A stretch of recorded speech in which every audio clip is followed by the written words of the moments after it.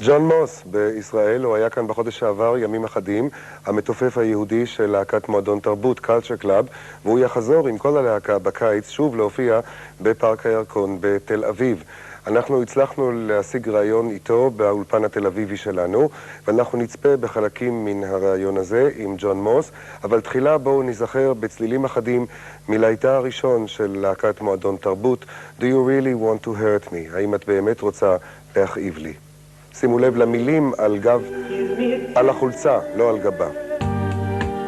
Actually, Culture Club is a kind of all religion, all race. That's right. Well, that was originally the meaning of the name, you see, because George is Catholic and Roy, the guitarist, is a Christian, white English Christian boy. The bass player, Mikey, is black from Jamaica, and I'm Jewish, you see. Also, George is from South London, I'm from North London, the guitarist is from East, and Mikey, the bass player, is from West London. So really, we're completely different. And it's quite a coincidence. And so this is how Culture Club came around. It started actually with you and Boy George getting together. Well, it actually started with Mikey. See, Boy George had been with Bow Wow Wow. Yes. Call me Annabella, that group.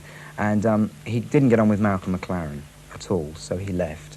And Mikey saw his picture in the paper, and he said, oh, looks very interesting.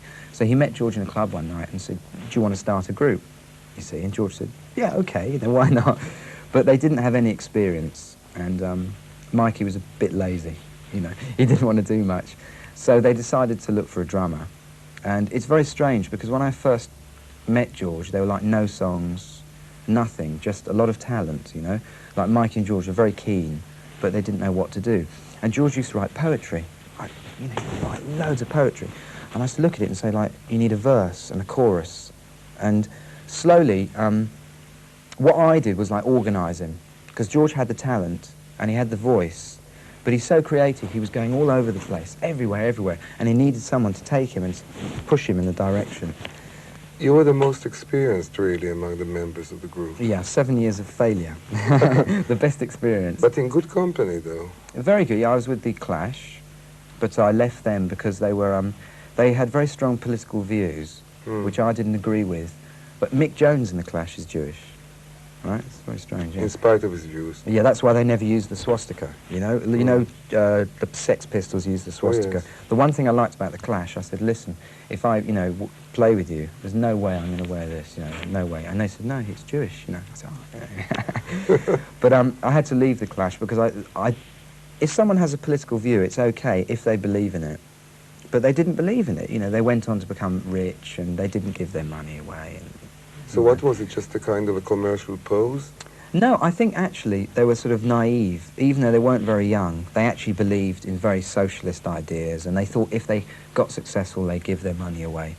But I don't think they really believed they would ever get successful, right? There's a joke in Russia where they say to a guy, he said, if you had 2 houses, would you give one to the state? Right? And the guy says, yes. He says, good. He said, if you had 2 cars, would you give one to the state? He goes, of course, yes. He said, if you had 2 cows, he said, no. Right? Because he has 2 cows, you see. And it's the same with the Clash. So anyway, so I left them, and then I went to the Damned. Yes. And then the Damned split up. I had an accident, car crash, you know. And so I had to leave, and they split up. The scars that you have on your teeth? Some of these. This is different. I'm always having accidents, you know. When I was younger, I was really crazy. So I quietened down a little bit. I was always having accidents, you know. You got cuts everywhere. Anyway, the Damned split up because everybody was drinking and it's too many, everything, bad news, right?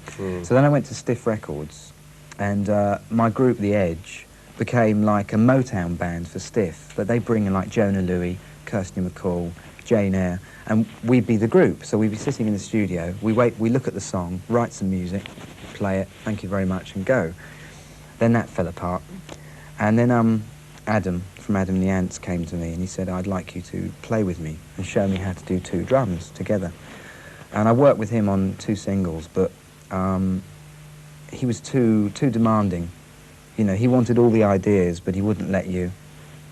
What, express yourself? Well, yeah, you know, he wanted to be very much the boss. You see, the thing about George is that he knows I need him and he needs me, and we respect that with each other, so it works. But with Adam, it was a bit like him and you know, you do what you're told. A very nice guy, but not for me.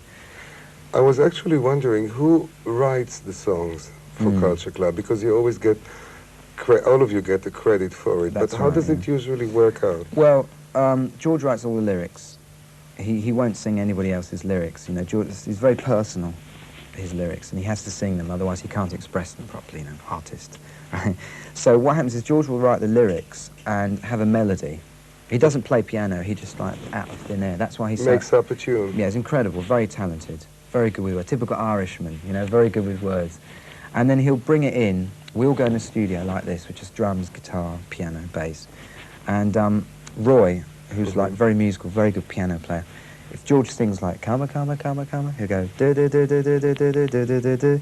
Right, so he has the notes, then he plays the chords, and then me and Mikey supply like a beat. You know, it's the beat is the most important thing, not just because I'm a drummer, right? But the beat and the melody is important because the drum beat makes the song happen. I mean, when George wrote Karma Chameleon, we were singing harmonies, and the guitarist Roy, you know, and the pianist, he didn't like it at all. He said, "I don't like it. I don't know what to do with it. I don't like this song." So I said, after like a month, I said, "Look, this is really stupid. It's a great song. Try it like a rockabilly, like Elvis Presley, like boom, boom, boom, boom, boom, boom." And everybody's going, "Nah, shut up, John. It's stupid," you know. So I tried it, and it worked. Culture Club is actually going through a slow period right now. Yeah. I mean, your last LP, the third album, didn't do as well as the previous two. And does it scare you at all? No, with me, it's funny. It might sound terrible, but I was quite pleased in a way, because when you're very, very successful, fairly quickly, over 2 or 3 years, you begin to lose the impetus, you begin to lose the desire, and a little bit of non-success is good for you, because it makes you reevaluate, and also it makes you realise that maybe you're getting a little bit lazy and a little bit conceited. So a lot of bands have it. You know, The Police, their third album was like, didn't do so well. People saying, "Oh, you know, they're finished," and everything.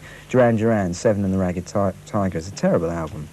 You know, and they know it's not a very good album. So what is it, a kind of a natural phase that every group has to go through? I think a lot of groups do go through it, yes. All groups have a sort of a barren period. That's why now we've changed producers. We're with Arif Mardin now, who does Chaka Khan and Green, Scrittability.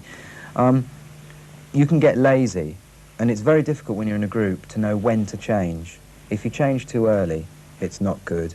And if you change too late, it's not good either. So every group goes through a period where they go down a little bit. And it's very important that you either stay together and come back up, or you split up, you know. Do you personally feel that the third album is not as good as the previous ones? No, it's not as good as Colour by Numbers or Kissing to be Clever. It's a good album, but we need to spend more time on the next album. You know, I think it's not a bad album. I mean, compared to other people's albums, I still think it's fantastic. The songs are great, but I think we could have made it better. You know, it's very good, but it's not up to our standards. I happen to like your third album a lot, actually more than the previous two. Well, that's good. Well, it sold 7 million copies, so, you know, it's doing pretty well. And I was wondering, maybe it has, I mean, the fact that it's less successful has less to do with the record itself and more with the image of the group and Boy George. Yeah, George has had too much exposure, you see.